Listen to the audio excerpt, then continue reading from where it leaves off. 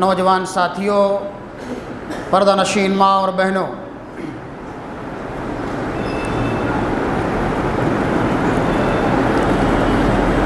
موضوع خطابت ہے کیا عذاب قبر برحق ہے؟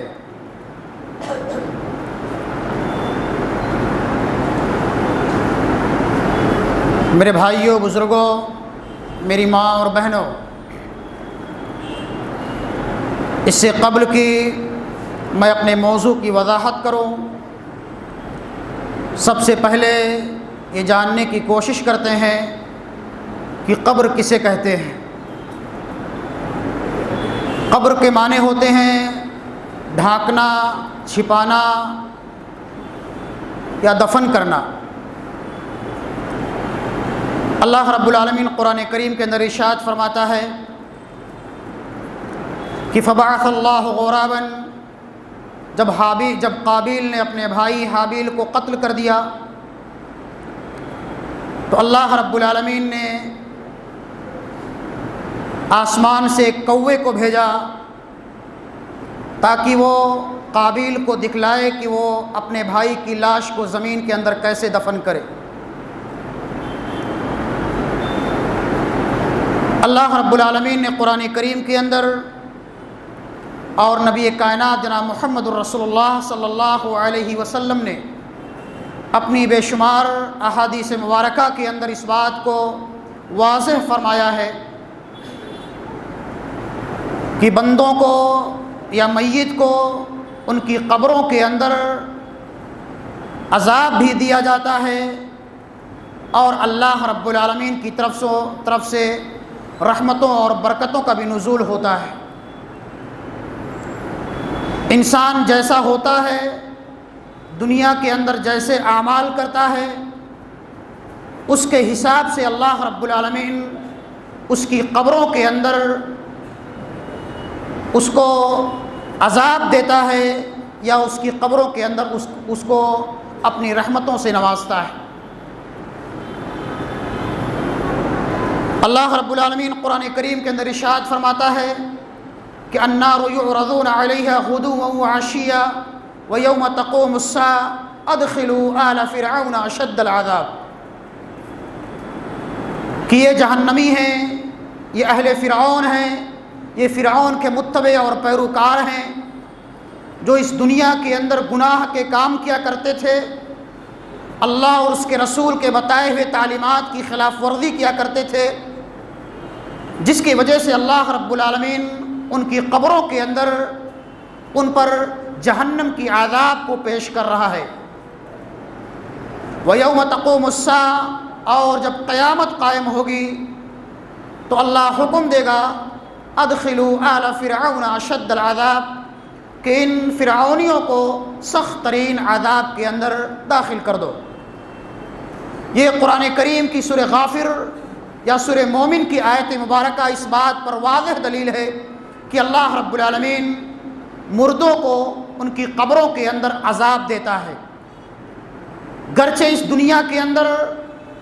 بعض لوگوں نے قبر کے عذاب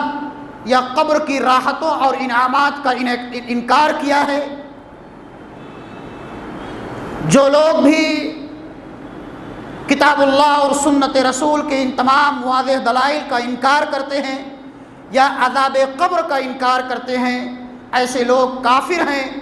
جہنمی ہیں، اور ایسے لوگوں کو حدیث یا شریعت اسلامیہ کے اندر منکرین حدیث کہا جاتا ہے۔ اللہ رب العالمین نے ہم بنی نوع انسان کو اپنی مقدس کتاب قرآن کریم کے ذریعے سے اور نبی کی لائی ہوئی شریعت کے ذریعے سے اس دنیا کے اندر صراط مستقیم پر چلنے اور سیدھی راستے پر عمل کرنے کی تعلیم دی ہے۔ اللہ رب العالمین نے اپنے نبی کے ذریعے سے ہمیں اس دنیا کے اندر سیدھے راستے کی رہنمائی کی ہے اور ان تمام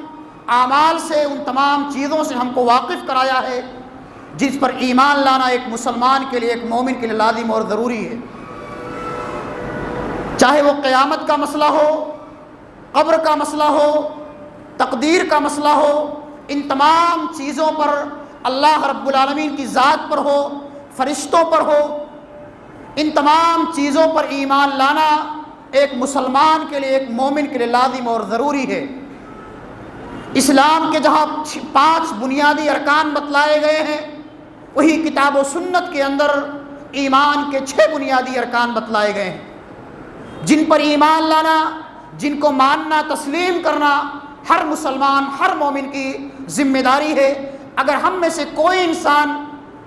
اس ایمان کے 6 بنیادی ارکان میں سے کسی ایک کا بھی انکار کرے گا، ایسا انسان جہنمی ہوگا، کافر ہوگا۔ اس لیے اللہ رب العالمین نے اپنے مقدس کلام کے اندر اور نبی کائنات جناب محمد رسول اللہ صلی اللہ علیہ وسلم نے جن تمام تعلیمات پر عمل کرنے کا ہم کو حکم دیا ہے، ان تمام چیزوں پر عمل کرنا ہمارے لیے لازم اور ضروری ہے۔ جہاں تک مسئلہ قبر کا ہے، قبر کے اندر اللہ رب العالمین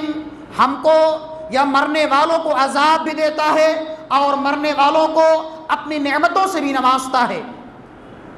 مرنے سے پہلے ہی اللہ رب العالمین انسان کو اس کا ٹھکانہ دکھا دیتا ہے۔ جب فرشتے انسان کی روح کو قبض کرنے کے لیے آتے ہیں، اگر انسان نیک ہوتا ہے، دیندار ہوتا ہے، اللہ والا ہوتا ہے، تقوی شعار ہوتا ہے، متقی اور پرہیزگار ہوتا ہے، تو فرشتے اس کی روح کو نہایت ہی آسانی کے ساتھ قبض کر لیتے ہیں۔ لیکن اگر انسان گنہگار ہوتا ہے، فاسق و فاجر ہوتا ہے، خطا کار ہوتا ہے، منافق ہوتا ہے،